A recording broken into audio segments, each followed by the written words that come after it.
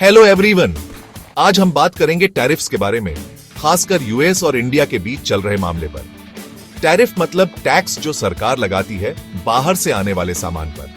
इससे विदेशी सामान महंगा हो जाता है और अपने देश का सामान बिकने लगता है।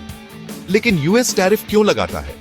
इसके कई कारण हैं, जैसे अपने देश के बिजनेस को बचाना, ट्रेड डेफिसिट कम करना, दूसरे देशों के टैरिफ का जवाब देना, देश की सुरक्षा, नेगोशिएशन में फायदा उठाना और पैसा कमाना। यह सब यूएस कोड टाइटल 19 के हिसाब से होता है और US customs and border protection देखता है। अभी यूएस ने टैरिफ का खेल बढ़ा दिया है।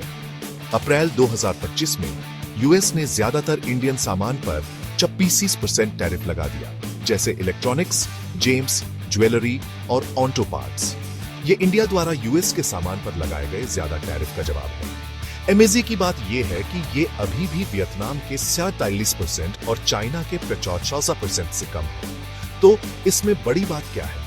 इन टैरिफ्स से कस्टमर्स और बिजनेस के लिए सामान महंगा हो सकता है, देशों के बीच तनाव बढ़ सकता है और सप्लाई चेन टूट सकती है। लेकिन दूसरी तरफ ये अमेरिकन जॉब्स को बचा सकते हैं और अपने देश में इन्वेस्टमेंट बढ़ा सकते हैं। अब बात करते हैं इंडिया यूएस ट्रेड नेगोशिएशन की।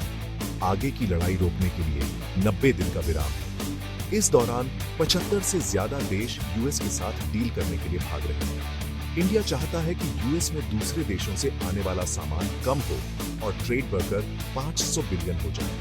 वो कुछ यूएस प्रोडक्ट्स पर टैरिफ कम करने पर भी विचार कर रहे हैं। ऑनलाइन बातचीत शुरू हो गई और जल्द ही कोई छोटी डील या फिर 2025 के आखिर तक पूरी ट्रेड एग्रीमेंट हो सकती है।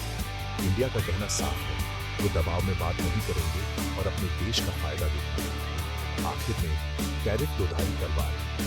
ये फायदा भी पहुंचा सकते हैं और नुकसान ये देखने वाले की नजर पर है। यूएस इंडिया ट्रेड का मामला तेजी से बदल रहा है और हम देखेंगे कि ये बातचीत कैसे आगे बढ़ती है। देखने के लिए शुक्रिया। लाइक, सब्सक्राइब और बेल आइकॉन दबाना न भूलें।